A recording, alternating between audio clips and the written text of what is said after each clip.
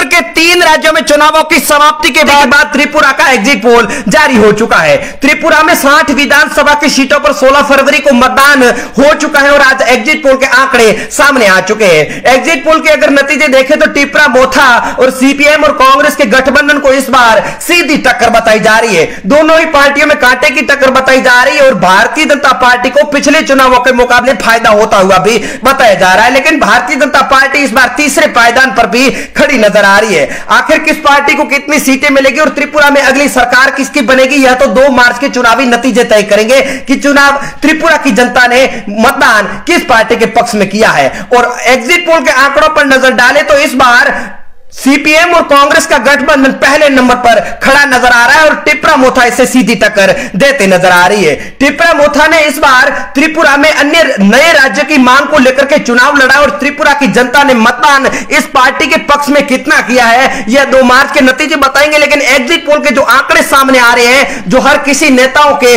पैरों तले जमीन खिसकाते नजर आ रहे हैं, तो हम एग्जिट पोल त्रिपुरा की 60 विधानसभा की सीटों का आप लोगों के सामने रखने वाले हैं। तो आप बने रहे वीडियो के एंड तक और पहली चैनल पर विजिट किया तो करेक्ट न्यूज यूट्यूब चैनल को सब्सक्राइब जरूर कर दें और आप त्रिपुरा से वीडियो देख रहे हैं तो आप कमेंट के माध्यम से अपनी राय भी हमें जरूर दें। तो एग्जिट पोल बताने से पहले हम आप लोगों को बता देते हैं कि त्रिपुरा में सत्तारूढ़ भारतीय जनता पार्टी ने 60 विधानसभा की सीटों में से 55 विधानसभा सीटों पर चुनाव लड़ा और 6 सीटें भारतीय जनता पार्टी का गठबंधन दल यानी आईपीएफटी को चुनाव लड़ाया गया। विपक्षी दल लेफ्ट फ्रंट पर 47 सीटों पर चुनाव लड़े और लेफ्ट फ्रंट ने कांग्रेस पार्टी के साथ गठबंधन किया और कांग्रेस पार्टी ने 13 सीटों पर चुनाव लड़ा। क्षेत्रीय दल अगर टिपरा मोथा की बात करें तो इन्होंने 42 सीटों पर अपने उम्मीदवारों को खड़ा किया था और इन उम्मीदवारों की किस्मत आज ईवीएम मशीन में कैद है। त्रिपुरा के मुख्यमंत्री मानिक साहा ने 2022 में शपथ ली थी और इनके बाद उन्होंने बारडोली टाउन सीट से उपचुनाव भी जीता था।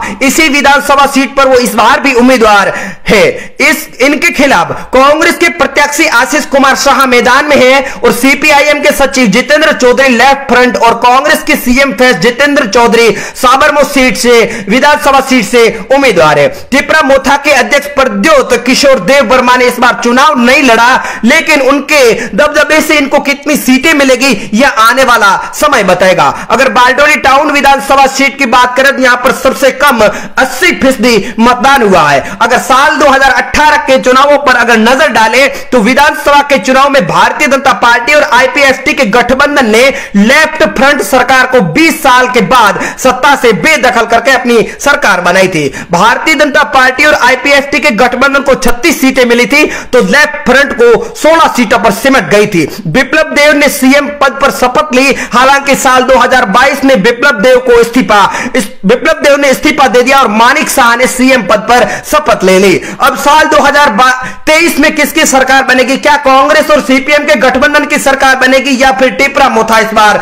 सरकार बनाएंगे या फिर भारतीय जनता पार्टी इस बार भी गठबंधन करके सरकार बनाने जा रही है? यह तो 2 मार्च के चुनावी नतीजे तय करेंगे। तो हम नजर डालते हैं त्रिपुरा की 60 विधानसभा की सीटों के एग्जिट पोल पर जो आंकड़े आज जारी हो चुके हैं। तो आप बने रहे वीडियो के एंड तक। त्रिपुरा का पहला जिला हमारे सामने सिपाही जाला है जहां पर 7 विधानसभा की सीटों में से त्रिपुरा 3 सीटों पर कब्जा कर सकती है तो सीपीएम को 3 सीटें जा रही है। भारतीय जनता पार्टी का कमल 1 सीट पर खिल सकता है, अन्य पार्टी का खाता नहीं खुलता हुआ बताया जा रहा है। बात अगर खोवाई डिस्ट्रिक्ट की करें तो यहां पर 6 विधानसभा की सीटों में से त्रिपुरा यहां पर सीपीएम को सीधी टक्कर दे सकती है। 2 सीटों पर त्रिपुरा कब्जा कर सकती है तो 2 सीटों पर सीपीएम, बीजेपी का कमल 1 सीट पर खिल सकता है। कांग्रेस पार्टी के खाते में 1 सीट जा रही है तो अन्य का खाता नहीं खुल रहा है। उत्तरी त्रिपुरा की बात करें तो यहां पर 7 विधानसभा की सीटों में से त्रिपुरा 3 सीटों पर कब्जा कर सकती है तो सीपीएम के खाते में 3 सीटें जा सकती है। कांग्रेस पार्टी को 1 सीट मिलने की उम्मीदें जताई जा रही है तो बीजेपी और अदर का खाता नहीं खुल सकता है। गोमती जिले की 7 विधानसभा की सीटों में से पहले नंबर पर त्रिपुरा 3 सीटों पर कब्जा कर सकती है। सीपीएम को 2 सीटें जा सकती है। बीजेपी का कमल 1 सीट पर खिल सकता है तो कांग्रेस पार्टी के दामन में 1 सीट जा रही है। बात अगर करें दक्षिणी त्रिपुरा की 7 विधानसभा की सीटों में से तो पहले नंबर पर सीपीएम के खाते में 4 सीटें जा सकती है। दूसरे नंबर पर त्रिपुरा को 2 2 सीटें मिल सकती है। बीजेपी के दामन में 1 सीट जा रही तो अदर का खाता नहीं खुल सकता है। बात अगर उन्नाकोटी की 7 विधानसभा की सीटों की करें तो यहां पर पहले नंबर पर सीपीएम के खाते में 3 सीटें जा रही है, टिपरा को 2 सीटें मिल रही है। बीजेपी का कमल 1 सीट पर खिल सकता है तो कांग्रेस पार्टी के खाते में 1 सीट जाने का अनुमान जताया जा रहा है। पश्चिमी त्रिपुरा की 14 विधानसभा की सीटों में से पहले नंबर पर सीपीएम के खाते में 5 सीटें जा सकती है, टिपरा को 4 सीटें जाने का अनुमान जताया जा रहा है तो बीजेपी को 2 सीटें मिल सकती है, कांग्रेस पार्टी के खाते में 3 सीटें जाने का अनुमान जताया जा रहा है।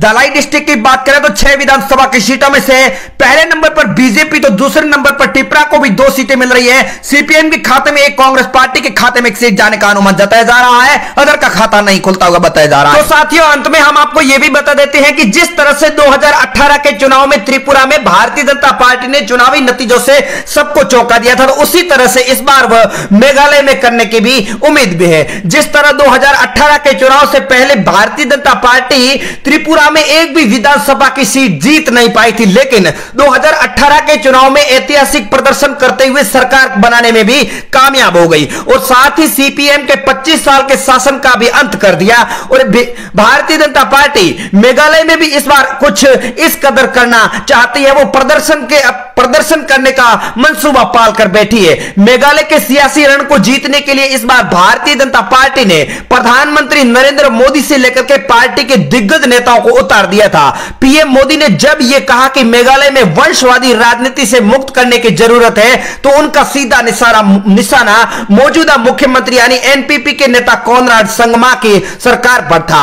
बीजेपी के लिए अकेले मेघालय की सत्ता ही हासिल करना उतना आसान नहीं। भारतीय जनता पार्टी यहां की सभी सीटों पर चुनाव लड़ रही है। हम आपको यह भी बता देते हैं कि 5 साल तक सरकार में रहने के बावजूद 2023 के चुनाव में एनपीपी और बीजेपी की सत्ता हासिल करने के बाद एक दूसरे के खिलाफ ताल ठोक रहे हैं, जिसके साथ भारतीय जनता पार्टी पिछले 5 साल से सरकार में हिस्सेदारी निभा रही है। इस बार भी चुनाव प्रचार में भारतीय जनता पार्टी के नेता उसी पार्टी के खिलाफ आग उगलते नजर आ रहे हैं। भारतीय जनता पार्टी के वरिष्ठ नेता और केंद्रीय गृह मंत्री अमित शाह ने तो मेघालय की कोनराड संगमा सरकार को सबसे भ्रष्ट सरकार तक करार दिया है और भारतीय जनता पार्टी का यह भी कहना है कि कोनराड संगमा के राज्य में प्रशासन को